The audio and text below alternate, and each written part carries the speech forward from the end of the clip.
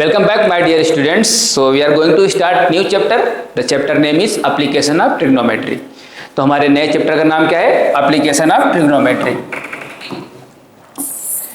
Application of trigonometry. और इसमें हम क्या क्या पढ़ेंगे? इससे पहले वाला चैप्टर जो हमने पढ़ा था वो पढ़ा था क्या? ट्रिग्नोमेट्री। अब उसका हम यूज पढ़ेंगे यहाँ पे कि उसका एप्लीकेशन क्या होता है। जैसे मैं अगर आपको एप्लीकेशन के बारे में बताऊं तो अगर हमें क्या करो कि हमें कोई टावर गिवन है, उस टावर का अगर हाइट हमें मेजर करना है और उसका शैडो लेंथ गिवन है, अगर शैडो लेंथ गिवन है तो अगर हम उसका हाइट मेजर करना है तो हमें इसका यूज किया जाएगा यहाँ पे। मान लो कोई हमारे पास पिलर है, उसका हाइट मेजर करना है तो हमें वो पता चल जाएगा, तो इसमें हमें वही एप्लीकेशन यूज करेंगे यहाँ पे। ठीक है, तो मैं इसमें कुछ कॉन्सेप्ट हैं जो मैं आपको बताना चाहूँगा। तो जैसे मैं यहाँ पे आपको अगर पहला कॉन्सेप्ट बताऊँ तो इसमें क्या है, इसमें हमारे पास ये है right angle triangle. This is a right angle triangle. Right angle at point let's say B, ये पॉइंट है ए, ये पॉइंट है सी। अब आप सपोज करो कि यहाँ पे कोई हम सपोज कि we are standing here at the point of a, हम पॉइंट ए पे हैं और कोई ऑब्जेक्ट है जो कि पॉइंट सी पे है। एक ऑब्जेक्ट है पॉइंट सी पे, इस ऑब्जेक्ट को हमें देखना है, यानी पॉइंट ए से हमें ऑब्जेक्ट को पॉइंट सी पे जो है उसको देखना है। तो आप बताइए कि अगर हम यहाँ पे खड़े हैं, इस पॉइंट को देखेंगे तो क्या होगा? हमें सिर को ऊपर उठाना पड़ेगा, राइट? हमें अपने सिर को क्या करना पड़ेगा? ऊपर उठाना पड़ेगा। तो जब हम अपने सिर को किसी ऑब्जेक्ट को देखने के लिए ऊपर उठाते हैं तो उस समय जो एंगल बनता है यहाँ बेस के पास, जो एंगल बनता है उस एंगल को हम बोलते हैं क्या? Angle of elevation. तो इसको हम क्या बोलते हैं? Angle of elevation. क्लियर बेटा? तो एंगल ऑफ एलिवेशन किसको बोलते हैं कि जब हम नीचे खड़े हैं और कोई ऑब्जेक्ट है उसको ऊपर देखना है तो अगर हम जो सिर उठाते हैं तो यहाँ पे जो एंगल बनता है उस एंगल को हम बोलते हैं एंगल ऑफ एलिवेशन। और जिस लाइन से हम एंगल को देखते हैं, ये जो लाइन है, जिस भी लाइन से हम एंगल को देखते हैं उस लाइन को हम बोलते हैं क्या? Line of site. इसको हम बोलते हैं लाइन ऑफ साइट। क्लियर बेटा? समझ में आया? लाइन ऑफ साइट किसको बोलते हैं कि जिस लाइन से हम ऑब्जेक्ट को देखते हैं उसको बोलते हैं लाइन ऑफ साइट। जहां पे हमारे पास ये जो अगर ऑब्जेक्ट ऊपर है और हम नीचे खड़े हैं तो यहाँ पे जो बेस के पास एंगल बनता है उसको हम बोलते हैं एंगल ऑफ एलिवेशन। ठीक है, यहाँ तो समझ में आया। अब आता है दूसरा एंगल ऑफ डिप्रेशन। तो एंगल ऑफ डिप्रेशन क्या होता है? अगर मैं आपको एंगल ऑफ डिप्रेशन के बारे में बताऊं तो सपोज करो ये हमारे पास क्या है, let's say this is a right angle triangle और इस बार हम कहाँ है? इस बार we are on the top of any pillar और एनी हाउस। सपोज करो हम इस बार यहाँ पे हैं और जो ऑब्जेक्ट है वो ग्राउंड पे है, जो ऑब्जेक्ट है वो ग्राउंड पे है। तो हमें क्या है? ऊपर से क्या हुआ? अब नीचे देखना है, ऊपर से नीचे देखना है। तो आप बताएं कि जब हम ऊपर से नीचे देखेंगे तो हमें सिर ऊपर करना होगा नीचे, तो हमें क्या है? सिर नीचे करना पड़ेगा। तो जब हम सिर नीचे करके किसी ऑब्जेक्ट को देखते हैं तो उसको हम बोलते हैं क्या? Angle of depression. तो वहां पे जो एंगल बनता है उसको हम बोलते हैं angle of depression. But be careful, जब भी एंगल बनेगा तो एंगल हमेशा हॉरिजॉन्टल लाइन से बनेगा। एंगल क्या बनेगा? हमेशा हॉरिजॉन्टल लाइन से बनेगा। लेकिन आप कहेंगे कि सर यहाँ पे तो कोई हॉरिजॉन्टल लाइन है नहीं। ट्रू, यहाँ पे कोई हॉरिजॉन्टल लाइन नहीं है। तो हॉरिजॉन्टल लाइन हमें क्या करेंगे? हमें हॉरिजॉन्टल लाइन एक ड्रॉ कर सकते हैं। तो इसके पैरेलल यहाँ पे एक हम हॉरिजॉन्टल लाइन ड्रॉ कर सकते हैं। क्लियर बेटा? तो यहाँ पे हमने एक हॉरिजॉन्टल लाइन ड्रॉ किया। तो अब यहाँ पे जो भी एंगल बनेगा इस एंगल को हम बोलेंगे क्या? This angle is known as angle of depression. This is known as angle of depression. तो एंगल ऑफ डिप्रेशन किसको बोलते हैं? जब हम किसी हाइट पे खड़े हैं और कोई ऑब्जेक्ट है नीचे है तो उस ऑब्जेक्ट को देखने के लिए जब हम ऊपर से नीचे देखेंगे तो वहां पे जो एंगल बनेगा उस एंगल को बोलेंगे हम एंगल ऑफ डिप्रेशन। एंगल जो होता है वो हमेशा क्या होता है कि हॉरिजॉन्टल लाइन से बनता है। अगर हमारे पास हॉरिजॉन्टल लाइन है तब तो ठीक, अगर नहीं है तो क्या करेंगे? हम एक इमेजिनरी हॉरिजॉन्टल लाइन ड्रॉ करेंगे और ये हॉरिजॉन्टल लाइन ऐसा होगा जो बेस में हमारे पास हॉरिजॉन्टल लाइन है उसके पैरेलल होगा। ठीक है, अगर मैं इसका नाम नेमिंग करूं ए बी सी डी, तो ये जो सी डी लाइन हमने पैरेलल ड्रॉ किया है, जो सी डी लाइन हमने हॉरिजॉन्टल ड्रॉ किया है वो किसके पैरेलल होगा? वो ए बी के पैरेलल होगा। तो C D will be parallel to A B. अब आपको पता है कि ये लाइन और ये लाइन पैरेलल है और बीच वाला लाइन क्या है? This is known as transversal. तो ट्रांसवर्सल में ये एंगल और ये एंगल क्या होता है? अल्टरनेट इंटीरियर एंगल, और अल्टरनेट इंटीरियर एंगल आपस में क्या होते हैं? इक्वल, जब दो लाइन पैरेलल हो। तो अगर ये एंगल थीटा है तो ये वाला भी एंगल हो जाएगा थीटा। क्लियर है बेटा? समझ में आया डेफिनेशन कि एंगल ऑफ एलिवेशन और एंगल ऑफ डिप्रेशन किसको बोलते हैं? और अगेन जिस लाइन ऑफ साइट से हम देख रहे हैं उसको हम बोलते हैं line of sight. Line of sight. ठीक है, तो एप्लीकेशन ऑफ ट्रिग्नोमेट्री जो चैप्टर है, इस चैप्टर में जो भी क्वेश्चन हम करेंगे वो सारे क्वेश्चन हमारे राइट एंगल ट्राइंगल पे बेस्ड होंगे। क्लियर बेटा? आप लोगों को समझ में आया? तो मैं एक बार फिर से एक्सप्लेन करूंगा कि हमने क्या क्या बोला आपको। तो ये हमारे पास सपोज करो एक राइट एंगल ट्राइंगल है। पहली बार अगर यहाँ पे ऑब्जेक्ट है, लेट्स से ऑब्जेक्ट यहाँ पे है और हम यहाँ पे इस पॉइंट पे हाइट पे किसी हाइट पे हैं, तो यहाँ से जो भी एंगल बनेगा उसको हम बोलेंगे क्या, एंगल ऑफ डिप्रेशन। लेकिन हमें पता है कि एंगल हमेशा हॉरिजॉन्टल लाइन से बनता है, तो यहाँ पे हम एक पैरेलल हॉरिजॉन्टल लाइन ड्रॉ करेंगे। ये लाइन क्या होगा, इस वाले लाइन के पैरेलल। तो यहाँ पे जो भी एंगल बनेगा उस एंगल को हम क्या बोलेंगे, this angle is known as angle of depression, angle of depression. Second, अगर सपोज करो हमारे पास ये है, इस बार क्या है कि ऑब्जेक्ट यहाँ पे है, ठीक, इस बार ऑब्जेक्ट यहाँ पे है ऊंचाई पे और हम यहाँ पे क्या है, ऑब्जेक्ट से नीचे हैं। तो यहाँ से लेके ऊपर देखने के लिए जो भी एंगल बनेगा, इस वाले एंगल को हम क्या बोलेंगे, दिस एंगल। अगर मान लो हमने इसको अल्फा बोले तो this is known as angle of depression, sorry angle of elevation, this is known as angle of elevation. ठीक है, जिस लाइन से हम देखेंगे उसको बोलेंगे line of sight, this is known as line of sight, this is also known as line of sight, line of sight. ठीक है, तो आई थिंक आपको ये कॉन्सेप्ट समझ में आया होगा। मोस्ट ऑफ द टाइम हम क्या करते हैं, मोस्ट ऑफ द टाइम इसमें इस टाइप जो एप्लीकेशन ऑफ ट्रिग्नोमेट्री, इसमें जो भी क्वेश्चन होते हैं मोस्ट ऑफ द टाइम हम क्या करते हैं, tan थीटा को यूज करते हैं। tan थीटा किसके इक्वल होता है, perpendicular upon base. Most of the time हम यही कॉन्सेप्ट यूज करते हैं। जरूरी नहीं है कि हर एक टाइम हमें यही कॉन्सेप्ट यूज करना है, लेकिन मोस्ट ऑफ द टाइम हम यही वाला कॉन्सेप्ट यूज करते हैं। हम sin थीटा भी यूज कर सकते हैं और cos थीटा भी यूज कर सकते हैं। sin थीटा क्या होता है, परपेंडिकुलर अपॉन हाइपोटेनस, और cos थीटा क्या होता है, बेस अपॉन हाइपोटेनस। ठीक है, तो हम इस तीनों में से कोई सा भी यूज कर सकते हैं डिपेंडिंग ऑन द क्वेश्चन कि हमें क्वेश्चन में क्या पूछा है। लेकिन आप देखेंगे तो इसमें क्या है, ज्यादातर यही यूज होगा, tan theta equal to perpendicular upon base. Most of the question इस वाले कॉन्सेप्ट से हो जाएगा। अब मैं एक दो क्वेश्चन आपको कराऊंगा तो शायद आपको ये कॉन्सेप्ट और बेहतर तरीके से समझ में आएगा। तो चलिए एक दो क्वेश्चन करते हैं। तो पहला क्वेश्चन ये लिखा हुआ है, अ tower stands vertically on the ground, a tower stands vertically on the ground. तो हमने क्या किया, एक टावर बनाया। सपोज करो ये हमारे पास क्या है, ग्राउंड है, ये हमारा दिस इज ग्राउंड, ये टावर है, it is standing vertically on the ground, this is tower vertically standing on the ground. उसके बाद क्या है, from a point on the ground which is 15 metre away from the foot of the tower, यानी ये foot of the tower ये है, इससे कितने डिस्टेंस पे एक पॉइंट है, इससे क्या है 15 मीटर के डिस्टेंस पे एक पॉइंट है। तो सपोज करो वो पॉइंट ये रहा, let's say this point is a, ये 15 मीटर के डिस्टेंस पे है। द एंगल ऑफ एलिवेशन, अब हमें पता है कि एंगल ऑफ एलिवेशन कहां से बनता है, नीचे से ऊपर।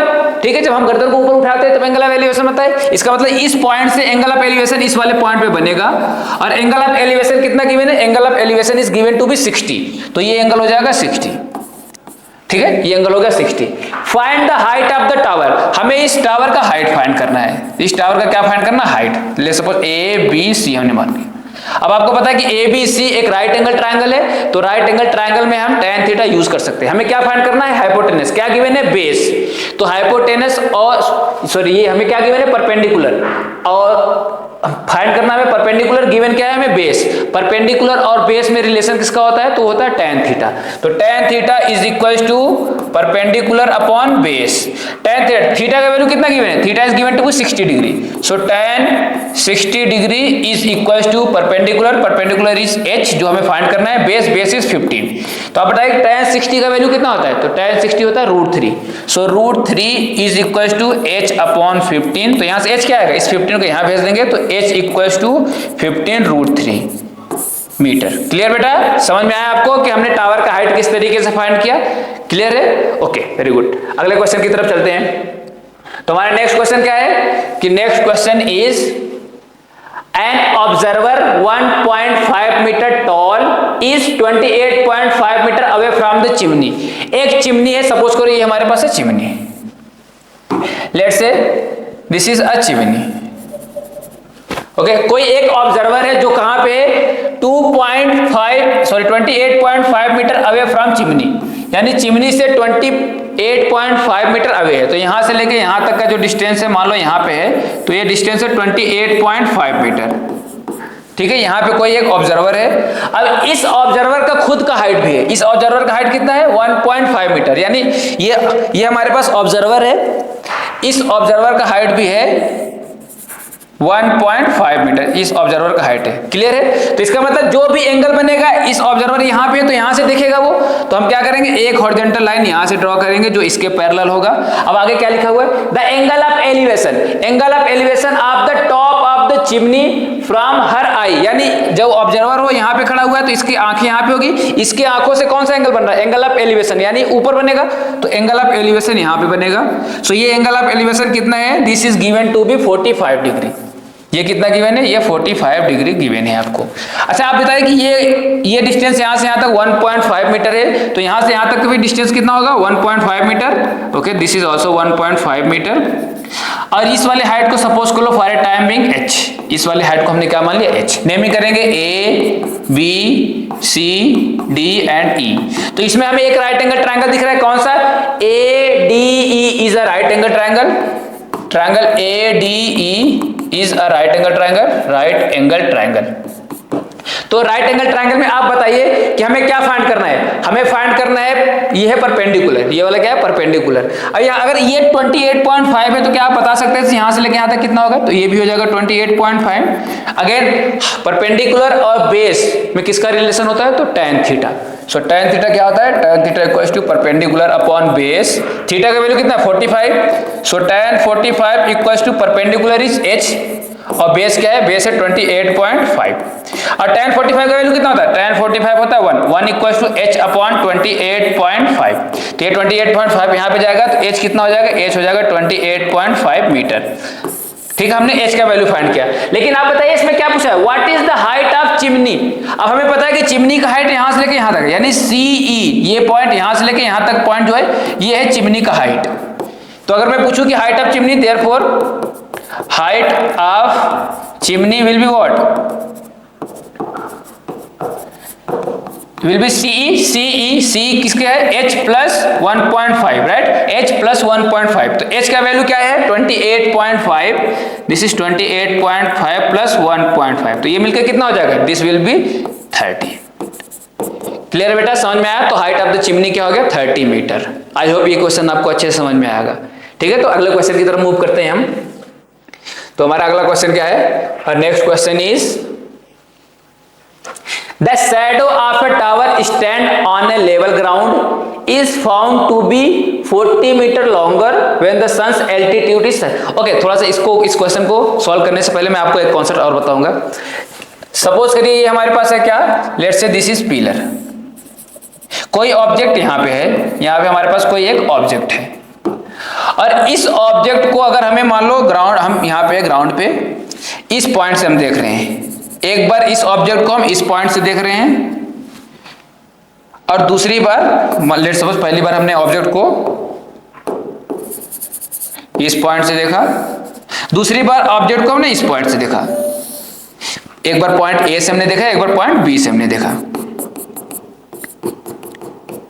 आप बताएं कि इस ऑब्जेक्ट को अगर हमें यहां से देखना है पॉइंट ए से, और फिर हमें पॉइंट बी से देखना है, तो किस वाले पॉइंट पे हमें गर्दन ज्यादा उठाना पड़ेगा इस ऑब्जेक्ट को देखने के लिए। तो अगर मैं ए पॉइंट से देखूंगा तो हमें गर्दन इतना उठाना पड़ेगा, लेकिन जैसे हम बी पॉइंट पे जाएंगे तो इस पॉइंट को देखने के लिए हमें गर्दन और ऊपर उठाना पड़ेगा। इसका मतलब क्या है कि जैसे जब हम टावर के क्लोज जाएंगे, अगर हम टावर के क्लोज जाएंगे तो हमारा एंगल क्या होगा, इंक्रीज होता जाएगा। जब हम टावर के क्लोज जाएंगे तो हमें गर्दन ज्यादा उठाना पड़ेगा ऑब्जेक्ट को देखने के लिए, यानी हमारा एंगल जो है वो इंक्रीज होता जाएगा। और जब हम टावर से दूर जाएंगे तो हमारा एंगल क्या होगा, डिक्रीज हो जाएगा। यानी हमें गर्दन कम उठाने के लिए, इस ऑब्जेक्ट को देखने के लिए अगर हम टावर से ज्यादा दूर पे हैं तो हमें गर्दन कम उठाना पड़ेगा। तो अगर मैं पूछूं कि एक बार एंगल 30 है, एक बार एंगल 45 है, एक बार एंगल 60 है, तो कहां पे 30, कहां पे 45, कहां पे 60 होगा, क्योंकि ये वाला पॉइंट जो है ये टावर के बेस से सबसे ज्यादा दूर पे है, तो इसका एंगल सबसे कम होगा 30। ठीक है, फिर ये वाला पॉइंट क्या है, इससे ज्यादा होगा तो ये हो जाएगा 45। इस वाले पॉइंट से अगर हम इस वाले पॉइंट से ऑब्जेक्ट को देखना होगा तो एंगल इन पिछले दो से ज्यादा होना चाहिए, तो ये वाला हो जाएगा 60।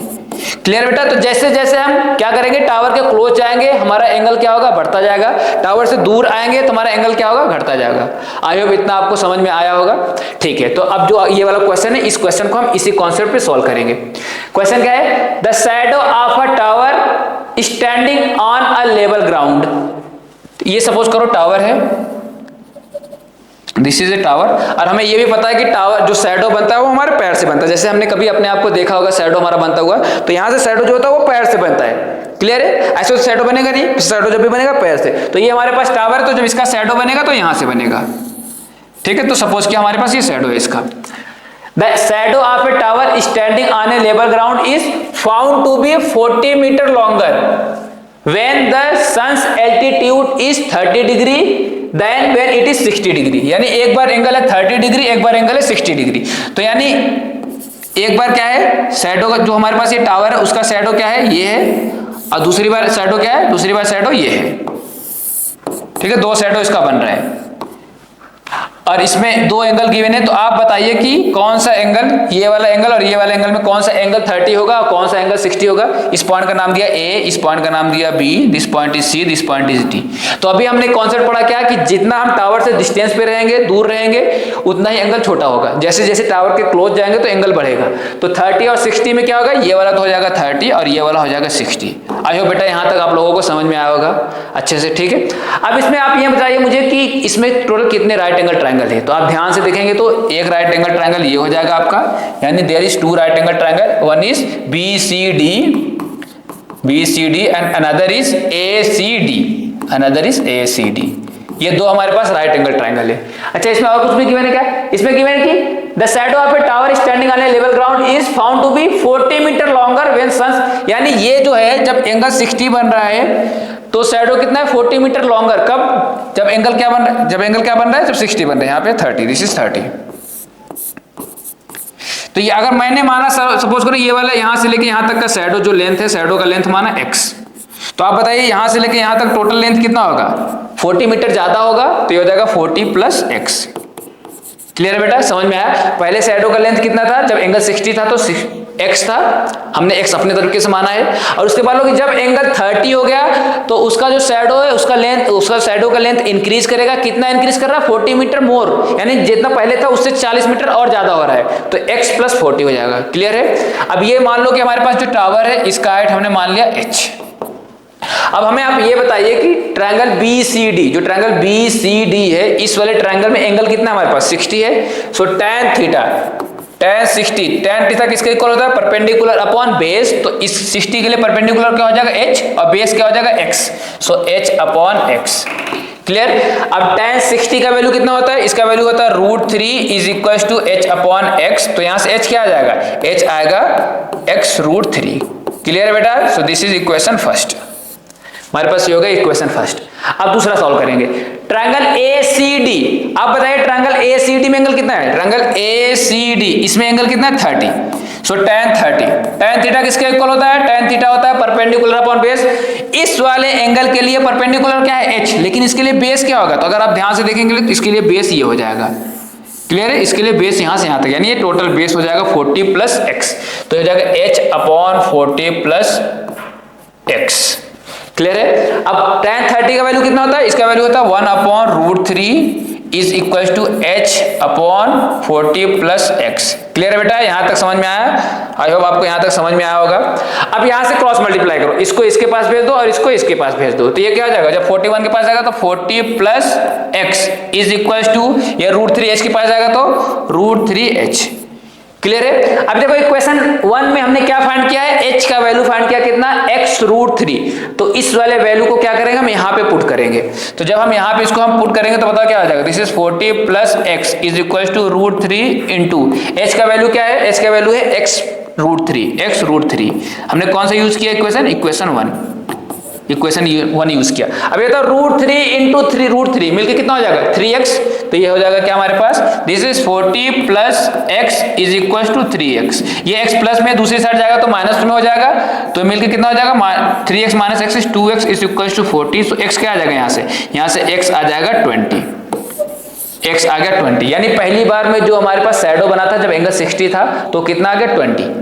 तो दूसरी बार में उसका शैडो कितना हो जाएगा, तो 40 + 20 = 60। इसमें क्वेश्चन क्या पूछा, find the height of the tower.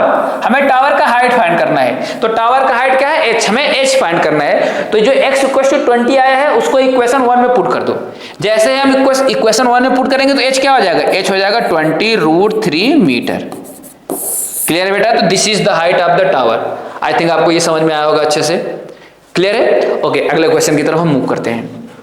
तो हमारा नेक्स्ट क्वेश्चन क्या है, अपना नेक्स्ट क्वेश्चन है ठीक है, देखते हैं इसमें। From a point P on the ground the angle of elevation of the top of a 10 metre tall building is 30 degree. क्या लिखा है कि from a point P on the ground, so this is point P on the ground. तो suppose करिए ground है, यहां पे point P है कोई, this is the ground, here let's say this is point P। From a point P on the ground the angle of elevation, again angle of elevation मतलब इस point से ऊपर कोई एंगल बन रहा है, angle of elevation of the top of 10 metre tall building. Building जो है वो 10 मीटर है, यहां से लेकर यहां तक मान लो ये बिल्डिंग है, और इसकी हाइट कितना है 10 मीटर, और इसके टॉप पे जो एंगल बन रहा है वो एंगल ऑफ एलिवेशन कितना है, this angle of elevation is 30 degree. So this angle of elevation is 30 degree. Clear, यहां तक समझ में आया। उसके बाद a flag is hosted at the top of the building, यानी जो एक फ्लैग हम होस्ट कर रहे हैं वो कहां पे, बिल्डिंग जो है उसके टॉप पे हमने एक फ्लैग रखा है, उसके टॉप पे हमने एक फ्लैग रखा है। क्लियर है, इसके टॉप पे एक फ्लैग रखा है। So flag is hosted at the top of the building and the angle of elevation of the top of the flag is top from point P, यानी इस पॉइंट P से जो फ्लैग है उसके टॉप पॉइंट पे जो angle बन रहा है, एंगल ऑफ एलिवेशन वो कितना है, this angle of elevation is 45 degree. ठीक है, तो यहां से यहां तक का जो एंगल बन रहा है वो कितना बन रहा है, this angle is 45 degree. Clear है, ये समझ में आया। Find the length of the flag stop, यानी इस जो फ्लैग स्टॉप है इसका हमें लेंथ फाइंड करना है, तो मान लेते हैं इसका h है, यहां से लेके यहां तक 10 गिवन है हमें, and the distance of the building from the point P, यानी ये जो बिल्डिंग है इस बिल्डिंग का पॉइंट P से डिस्टेंस क्या है, तो इसको हमने मानना है x। अब नेमिंग करेंगे, this is P, let's say Q, this one is से R, this one is S। तो आप फिगर देख के हमें बताइए कि इसमें कितने राइट एंगल ट्रायंगल बन रहा है। तो अगर मैं आपको दिखाऊं इसमें, तो इसमें देखो 2 राइट एंगल ट्रायंगल बन रहा है, एक यहां से लेके ये वाला एक राइट एंगल ट्रायंगल, तो ये बन रहा है, तो इसका नाम क्या है, ट्रायंगल PQR। और दूसरा आप बता सकते हैं कौन सा बन रहा है, तो अगर आप दूसरा ध्यान से देखेंगे तो ये वाला बन रहा है PQ एंड S, ये वाला राइट एंगल ट्रायंगल बन रहा है PQS। अब हमें आप बताइए कि ट्रायंगल PQR में एंगल कितना है, ट्रायंगल PQR इस वाले ट्रायंगल में एंगल कितना है 30। सो tan 30, tan थीटा किसके इक्वल होता है, tan थीटा होता है परपेंडिकुलर अपॉन बेस, तो 30 के लिए परपेंडिकुलर क्या है 10 और बेस क्या है x, तो this is 10 upon x। tan 30 का value 1/√3 is equal to 10 upon x, तो यहां से x क्या आएगा, इस x को यहां करेंगे, इसको यहां, सो x इक्वल टू 10√3 मीटर। इसका मतलब क्या होगा कि जो ये पॉइंट P है वो जो टावर है, इस यानी ये जो बिल्डिंग है इस बिल्डिंग से कितने डिस्टेंस पे है, तो वो बिल्डिंग से कितने 10√3 मीटर के डिस्टेंस पे है। ठीक है, अगला दूसरे वाले ट्रायंगल में देखो, ट्रायंगल PQS, ट्रायंगल PQS इस वाले ट्रायंगल में आप बताइए, इस वाले ट्रायंगल में PQS इस वाले ट्रायंगल में परपेंडिकुलर क्या है, इस वाले ट्रायंगल परपेंडिकुलर यहां से लेके यहां तक टोटल ये परपेंडिकुलर हो जाएगा। बेस क्या है, बेस हमारे पास वही है x, और एंगल कितना बन रहा है, तो इस वाले ट्रायंगल में एंगल बन रहा है 45। क्लियर बेटा, समझ में आया। तो ठीक है, इसमें सॉल्व करते हैं। So tan 45 tan theta equals to perpendicular upon base, तो परपेंडिकुलर टोटल हो जाएगा which is h plus 10। So h plus 10 whole divided by base, base is x। tan 45 का वैल्यू क्या होता है, tan 45 होता है 1 is equals to h plus 10 divided by x। इस x का यहां से यहां ट्रांसफर करो। अब ये बताओ कि x का वैल्यू कितना था, चलो यहां से पहले x को ट्रांसफर करते हैं, h प्लस 10, h का वैल्यू क्या है x का वैल्यू क्या है 10√3, तो इस x के प्लेस पे क्या रखेंगे 10√3 is equal to h plus 10। अब इस 10 को यहां से दूसरी साइड शिफ्ट कर दो, तब इसको यहां से शिफ्ट करेंगे तो माइनस हो जाएगा, तो h will be what 10√3 minus का 10। क्लियर बेटा, यहां तक आपको समझ में आया अच्छे से। ठीक, तो यहां से क्या हो जाएगा 10 हम कॉमन लेंगे तो √3 माइनस 1।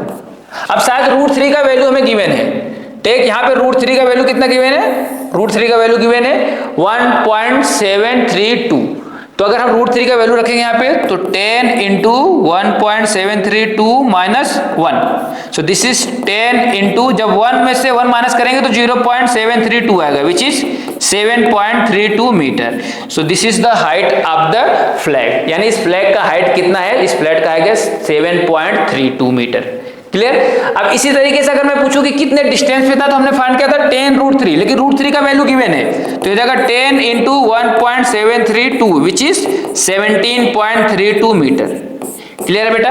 तो जब भी क्वेश्चन में √3 का वैल्यू गिवन है तो हम उसको पुट करेंगे, लेकिन ध्यान दीजिए उसको हम तभी पुट कर बिल्कुल लास्ट स्टेप में, जब हमारे पास फाइनल आंसर आ जाएगा ना, तब हम वहां पे √3 का वैल्यू पुट करेंगे। अदरवाइज अगर हमने कहीं बीच में √3 का वैल्यू पुट किया तो कैलकुलेशन बहुत डिफिकल्ट हो जाएगा। तो कैलकुलेशन आसान करने के लिए हम क्या करेंगे, √3 का वैल्यू अगर दिया है तो उसको हम बिल्कुल लास्ट में, जब हमारे पास फाइनल आंसर आ जाएगा तो वहां पे √3 का वैल्यू पुट करेंगे। क्लियर। आई थिंक आपको समझ में आएगा ये। ओके, अगले क्वेश्चन की तरफ हम चलते हैं। तो हमारा अगला क्वेश्चन क्या है, next question is the angle of depression. Okay, अब हमारे पास एंगल ऑफ एलिवेशन का कॉन्सेप्ट हो गया। अब एंगल ऑफ डिप्रेशन आता है, तो हमें पता है कि एंगल ऑफ डिप्रेशन कहां से बनता है, यानी हम ऊपर होते हैं, ऑब्जेक्ट नीचे होता है, तो ऊपर से नीचे बनता है। जब एंगल ऑफ डिप्रेशन के लिए हमें क्या करना होता है, एक जो पैरेलल लाइन यानी हॉरिजॉन्टल लाइन खुद से ड्रॉ करना पड़ता है। ठीक है, तो अब इस क्वेश्चन को करेंगे। The angle of depression of the top and bottom of 8 metre tall building, 8 metre tall building कोई है, this is no, this one is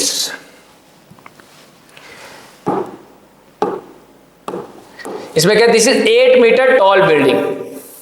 यहां पे angle of depression of top and the bottom of 8 metre tall building, यानी ये हमारे पास है 8 metre tall building, इसके पास एंगल ऑफ डिप्रेशन बन रहा है कहां पे, इसके टॉप पे भी एंगल ऑफ डिप्रेशन बन रहा है, इसके बॉटम पे भी एंगल ऑफ डिप्रेशन बन रहा है। यानी इस बिल्डिंग के टॉप पे और बॉटम पे एंगल ऑफ डिप्रेशन बन रहा है, इसका मतलब किसी एक हायर पॉइंट से बन रहा होगा एंगल ऑफ डिप्रेशन। तो मान लिया कि हायर पॉइंट जो है यहां पे है, क्योंकि एंगल ऑफ डिप्रेशन बनने के लिए जो जहां पे हम खड़े हैं वो पॉइंट ऊपर होना चाहिए, जो ऑब्जेक्ट है वो नीचे होना चाहिए। तो हम जब ऊपर पोजीशन किसी ऊपर के पॉइंट से जो हाइट ज्यादा हाइट पे हो, इस पॉइंट से देखेंगे इसको, तभी हमारे पास एंगल ऑफ डिप्रेशन बनेगा। क्लियर बेटा। ठीक, तो इसको देखते हैं आगे क्वेश्चन क्या कह रहा है। So from the angle of depression of the top and bottom of 8 metre tall building from the top of a multi storey building are 30 degree and 45 degree.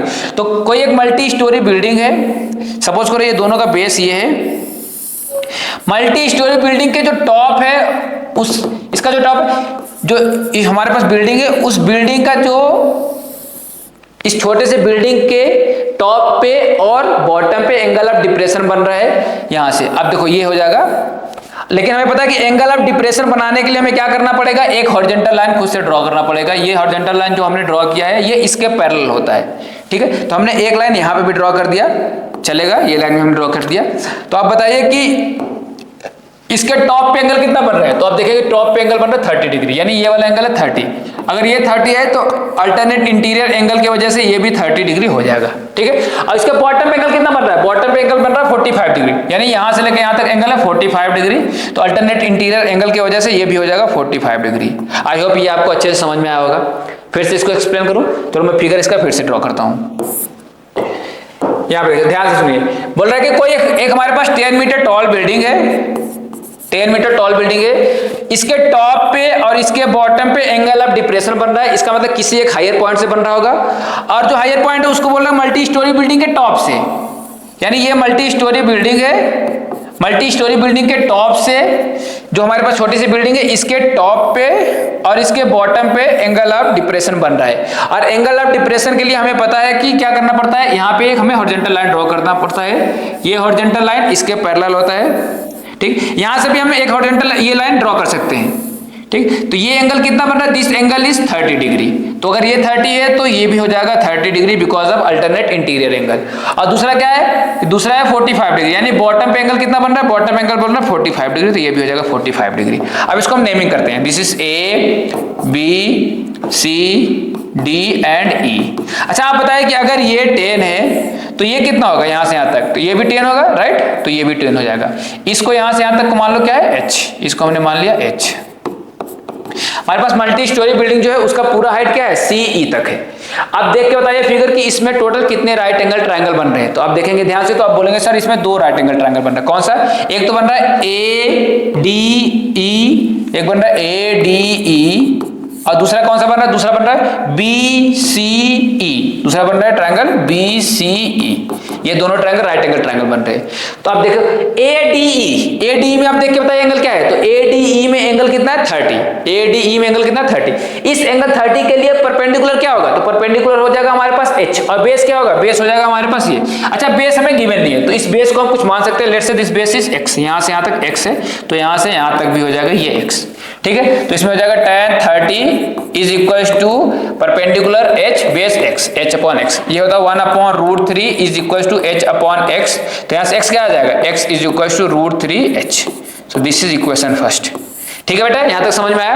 अब ट्रायंगल BCE में देखो, BCE इस triangle में angle कितना है, इस triangle में angle है 45। सो tan 45, tan थीटा किसका इक्वल होता है, परपेंडिकुलर अपॉन बेस। तो आप बताइए कि tan 45 के लिए परपेंडिकुलर क्या है, तो परपेंडिकुलर है CE, CE का मतलब H प्लस 10, तो कितना ये H प्लस 10, और बेस कितना है, बेस है हमारे पास x। tan 45 का वैल्यू कितना होता है, tan 45 का वैल्यू होता है 1 equals to H plus 10 upon x। Clear बेटा, तो ये x यहाँ जाएगा तो क्या हो जाएगा, x equals to h plus 10। अब हमने x का वैल्यू ऑलरेडी फाइंड किया हुआ था, इसको हम यहाँ पे पुट करेंगे, तो this is root 3h plus equals to h plus 10। इस वाले h को यहाँ से यहाँ लाओ, तो यह आ जाएगा root 3h minus h equals to 10। तो यहाँ से h हम कॉमन लेंगे तो क्या आएगा, root 3 minus 1 is equals to 10। Clear है, यहाँ तो समझ में आया। हमें फाइंड क्या करना था, हमें we have to find the height of multi storey building, यानी जो ये मल्टी स्टोरी बिल्डिंग है इसका हाइट फाइंड करना है, और आल्सो इसका क्या फाइंड करना है कि बेस, ये कितने डिस्टेंस पे है। तो आप बताइए यहाँ से h फाइंड करेंगे तो क्या हो जाएगा, यहाँ से आप देखेंगे ध्यान से, तो h इक्वल्स टू हो जाएगा 10 अपॉन रूट 3 माइनस 1, क्या हो जाएगा 10 अपॉन रूट 3 माइनस 1, ये हो गया 10 अपॉन रूट 3 माइनस 1। लेकिन आप ध्यान दीजिए h आ गया 10 अपॉन रूट 3 माइनस 1। हम कोशिश करते हैं क्या कि डिनोमिनेटर में क्या हो, रूट ना हो, डिनोमिनेटर में रूट ना हो। तो डिनोमिनेटर में रूट ना हो उसके लिए हम क्या करेंगे, रेशनलाइज करेंगे। तो root 3 plus 1 upon root 3 plus 1 से इसको हम रेशनलाइज कर देंगे। तो ये क्या ऊपर हो जाएगा 10 root 3 plus 1 as it is whole divided by a minus B A plus B. तो क्या होता है a square minus B square. तो रूट 3 का स्क्वायर करेंगे तो 3 और 1 का स्क्वायर करेंगे तो 1, 3 माइनस 1 2 आ जाएगा, यानी 10 रूट 3 प्लस 1 अपॉन 2, इस 2 से इसको डिवाइड करेंगे तो आ जाएगा क्या 5 रूट 3 प्लस 1, ये हो जाएगा h, ये आ गया h का वैल्यू। लेकिन हमें क्या फाइंड करना था, h फाइंड करना था, नो हमें फाइंड करना था height of the multi storey building. तो मल्टी स्टोरी बिल्डिंग का हाइट क्या है, आप ध्यान से देखिए, तो मल्टी स्टोरी बिल्डिंग का हाइट क्या है, this is h plus 10। Multi storey building का जो हाइट है वो है h प्लस 10। तो हम यहां से करेंगे, देखेंगे क्या आएगा। तो यहां से देखिए h तो हमारे पास ऑलरेडी आ चुका है, तो therefore height of multi storey building is equal to h plus 10। तो हमारे पास h क्या आया 5 रूट 3 प्लस 1 प्लस का 10। तो यहां से हो जाएगा क्या 5 रूट 3 प्लस का 15, क्योंकि इस 5 का मल्टीप्लाई 1 के साथ करेंगे तो 5 प्लस 10 हो जाएगा 15। तो ये हमारे पास फाइनल आंसर हो जाएगा। अगर आप चाहेंगे तो यहाँ से 5 कॉमन ले सकते हैं, तो रूट 3 प्लस 3 हो जाएगा। So this is the height of multi storey building. Clear है, this is the height of multi storey building. इसमें दूसरा क्वेश्चन भी था, दूसरा क्या था, also find the distance between the two buildings, यानी इस बिल्डिंग से इस बिल्डिंग के बीच का डिस्टेंस फाइंड करना। तो ये है क्या x। अब x बताओ किसके इक्वल था, x था हमारे पास रूट 3h के इक्वल, किसका रूट 3h के इक्वल। तो हमने h ऑलरेडी फाइंड किया हुआ था। अच्छा, या फिर यहां से हम देखें, यहां से x क्या है h प्लस 10, यहां से x क्या है h प्लस 10, और h प्लस 10 का वैल्यू हमने अभी फाइंड किया। h प्लस 10 का वैल्यू यहाँ पे फाइंड किया। h प्लस 10 का मतलब ये क्या हो जाएगा, देयरफॉर x क्या हो जाएगा 5 रूट 3 प्लस 3, यानी जो हमारे पास दोनों बिल्डिंग है उन दोनों बिल्डिंग के बीच का जो डिस्टेंस है वो क्या है 5 टाइम्स 3 प्लस रूट 3, और जो मल्टी स्टोरी बिल्डिंग है उस मल्टी स्टोरी बिल्डिंग का हाइट क्या है वो भी है 5 टाइम्स 3 प्लस रूट 3। क्लियर है बेटा, ओके। तो आज के लास्ट क्वेश्चन की तरफ मूव करते हैं। हमारा आज का लास्ट क्वेश्चन है, so the last question of this lecture is, from a point on a bridge across a river, the angle of depression of the banks on opposite sides of the river are 30 degree and 45 degree respectively. If the bridge, suppose करो ये हमारे पास bridge है, suppose ये हमारे पास क्या है, this is bridge, और यहाँ से रिवर फ्लो हो रहा है, यहाँ पे क्या है, एक पॉइंट। अब इसमें लिखा हुआ कि जो ब्रिज है उसके अपोजिट साइड में दोनों पॉइंट है। एक पॉइंट अगर राइट साइड में तो दूसरा पॉइंट क्या होगा, लेफ्ट साइड में। एक पॉइंट राइट साइड में तो दूसरा पॉइंट लेफ्ट। एक पॉइंट मान लो यहाँ पे है और दूसरा पॉइंट मान लो यहाँ पे, क्योंकि दोनों पॉइंट क्या है, जो ब्रिज है उस ब्रिज के अपोजिट डायरेक्शन में। अब उसमें बोल रहे क्या कि from a point on the bridge, bridge पे मान लिया एक पॉइंट यहाँ पे है, across the river the angle of depression. कौन से एंगल की बात हो रहा है, एंगल ऑफ डिप्रेशन, यानी पॉइंट ऊपर है और नीचे पॉइंट को देखना। एक बार यहाँ देखेगा नीचे पॉइंट, हमने सपोज करो एक बार यहाँ पे इसने देखा इस पॉइंट को, एक बार यहाँ देखा इस पॉइंट को। क्लियर है बेटा। उसके बाद of the banks on opposite sides of the river are 30 degree and 45 degree. एक एंगल 30 डिग्री बन रहा है, एक एंगल 45 डिग्री बन रहा है, लेकिन दोनों क्या है, एंगल ऑफ डिप्रेशन बन रहे हैं। एंगल ऑफ डिप्रेशन के लिए हमें क्या करना पड़ेगा, यहाँ पे एक हॉरिजॉन्टल लाइन ड्रॉ करना पड़ेगा।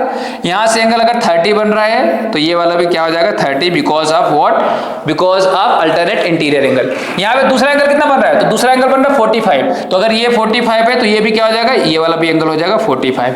क्लियर है, ठीक। If the bridge is at a height of 3 metre, यानी ब्रिज का हाइट गिवन है 3 मीटर, यहां से लेके यहां तक ब्रिज का हाइट गिवन है 3 मीटर।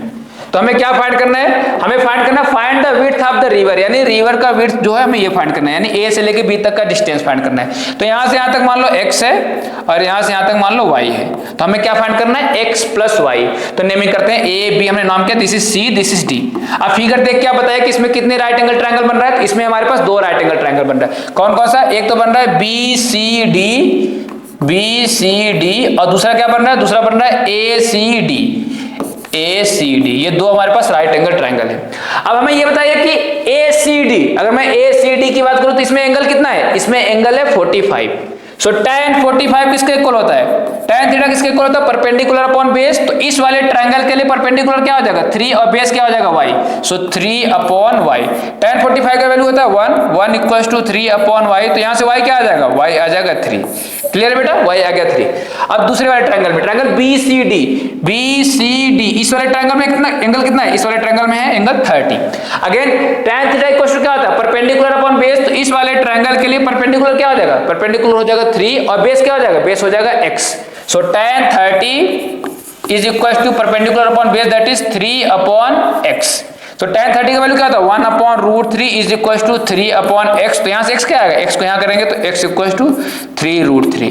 ठीक है बेटा, x हमारे पास आ गया, y भी हमारे पास आ गया। तो आप बताओ कि दोनों जो पॉइंट है उनके बीच का डिस्टेंस कितना है, या फिर जो what is the width of the river.